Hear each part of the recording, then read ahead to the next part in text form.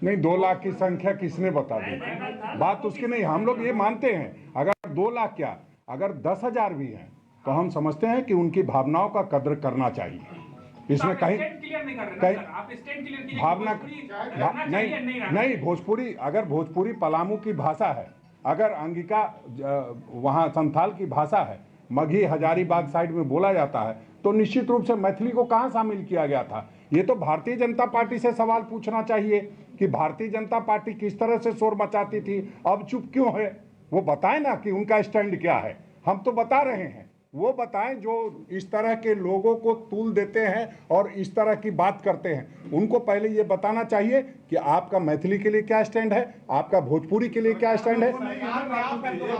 जी, सरकार में भी भाजपा नहीं है। नहीं, आप सुनिए मेरा सवाल को सुन लीजिए जी। सरकार में भाजपा नहीं है, हर ठीकरा भाजपा को छोड़ के आप लोग नहीं नहीं, आंदोलन, आप ये बताइए ना कि आप ही की सरकार के लोग आंदोलन कर रहे हैं, आपके पार्टी के विधायक विरोध कर रहे हैं, नहीं, आप क्यों चुप बैठे हो? नहीं, क्यों? हमने अपनी बात रखी है।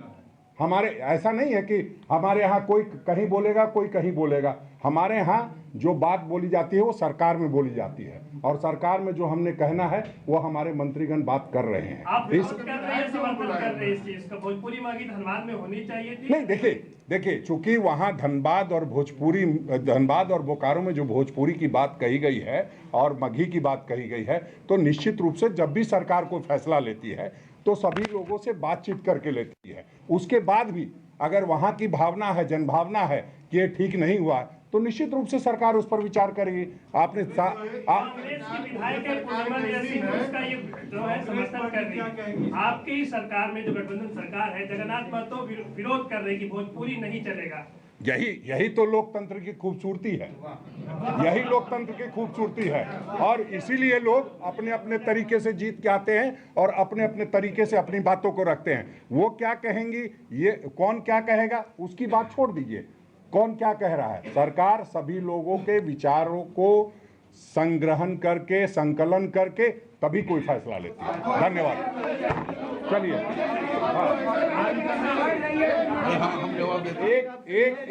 एक अनुरोध करेंगे कि विषय से विषयांतर होने से जो हमारी ये जिस चीज के लिए हमने आपको प्रेस कॉन्फ्रेंस बुलाया है वो यही है, यही चूंकि हमने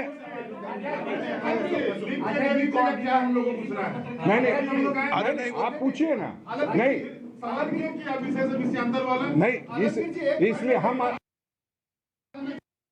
हमने अनुरोध किया है आपसे कि मेरा जो विषय है उसको प्रमुखता से लीजिएगा। लगातार सुन भी रहे हैं, नहीं, लगातार सुन भी रहे हैं और लगातार कह भी रहे हैं और कर भी रहे हैं। ऐसा नहीं है कि कुछ नहीं हो रहा है, बहुत सारी। यही चीज बीजेपी के लोग भी आश्वासन देते हैं, आप सरकार में शामिल होने के बाद ये बात बोल रहे हैं, फिर ये इसलिए आप स्टैंड उस चीज पे आप लोग का क्लियर नहीं है कि आप लोग उन लोग को नियुक्ति देंगे या नहीं देंगे।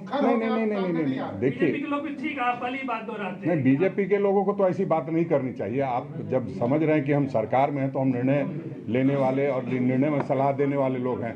बीजेपी के लोगों को तो आंदोलन करना चाहिए, वो करते नहीं हैं। वो आश्वासन दे रहे तो वो गलत कर रहे हैं। हम तो आश्वासन नहीं दे रहे हैं, हम लगातार उनके लिए अपनी सरकार तक बात पहुंचाते रहते हैं। हम संगठन के लोग हैं, हमारा काम संगठन के हिसाब से उनकी बातों को सरकार तक पहुंचाना है। जैसा कि आप जानते हैं हमारे जिला अध्यक्ष भी रहते हैं, तो जो समस्याएं आती है उसके लिए डिप्टी नहीं, आप तो फिर जनता सरकार आपके द्वार अगर हम लोग जा रहे थे तो ये क्या फेल्योर है कि सफलता है? ये सरकार की सफलता है कि सरकार जनता के पास जाना चाहती है। ऐसा नहीं है, इसी वजह से अधिकारियों की मनमानी बढ़ती है कि जब हम समीप नहीं होते हैं, जनता नहीं कर पाते हैं। जो जनप्रतिनिधि चुनाव जीत करके आते हैं, निश्चित रूप से उनकी जिम्मेदारी होती है और उस जिम्मेदारी का सही तरीके से निर्वहन करने के लिए आदरणीय मंत्रीगण उसमें जाएंगे। उसमें कहाँ कहीं दिक्कत की बात है, ये तो खुशी की बात है। नहीं, उसका जवाब हम दे रहे हैं। हाँ, हमने पहले ही कहा कि हमारे संगठन के लोग ये बात कर रहे हैं कि सरकार और संगठन में जो कोऑर्डिनेशन का कमी है, उस कोऑर्डिनेशन संवाद की जो कमी है उसको दूर करने के लिए काम हम लोग कर रहे हैं। और हम इसलिए इस प्रोसेस को अब लागू किए हैं कि पहले हम संगठन के लोगों से मिलेंगे, आम जनों से मिलेंगे, जो समस्या है उसका निष्पादन हम उसी दिन करने की कोशिश करेंगे। तो ये झारखंड के लिए, सारे लोग के लिए एक अच्छा अचीवमेंट है। आज हम कह रहे हैं कि हमने वृद्धा पेंशन जो यूनिवर्सल योजना के तहत चलाए, आज भी कुछ लोग को जानकारी नहीं हुआ है कि अब जिन लोगों का नाम छूट गया कहाँ जमा करना होगा। तो ये संवाद की कमी के कारण तो उस बात को हम रखेंगे कि आज भी तुम्हारे पास उस समस्या का निदान हो सकता है।